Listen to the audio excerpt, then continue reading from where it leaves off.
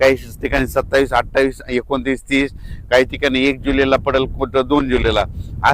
तर काही ठिकाणी 1 जुलै 2 जुलैपर्यंत पाऊस पडेल म्हणून हे लक्षात यायचं. पण पेरण्या मात्र सगळ्याच्या सर्वचे शेतकऱ्याच्या होणार म्हणून हा अंदाज लक्षात यायचा.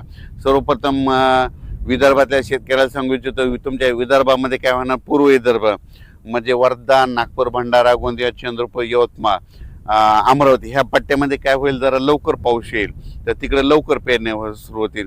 त्याच्यानंतर पश्चिम विदर्भ, त्याच्यानंतर पश्चिम विदर्भाकडे पाऊस येईल, त्याच्यानंतर मराठवाड्याकडे येईल, त्याच्यानंतर पश्चिम महाराष्ट्राकडे जाईल आणि त्याच्यानंतर उत्तर महाराष्ट्राकडे काय होईल, 23-24 जूनच्या नंतर मग तिकडे देखील चांगला पाऊस पडेल.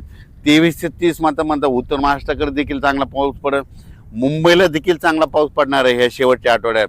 म्हणून मुंबईकरांसाठी आनंदाची बातमी, मुंबईला तर मुसळधार पाऊस पडेल, पुण्याकडे देखील पडेल, कोकणात देखील पडणार आहे.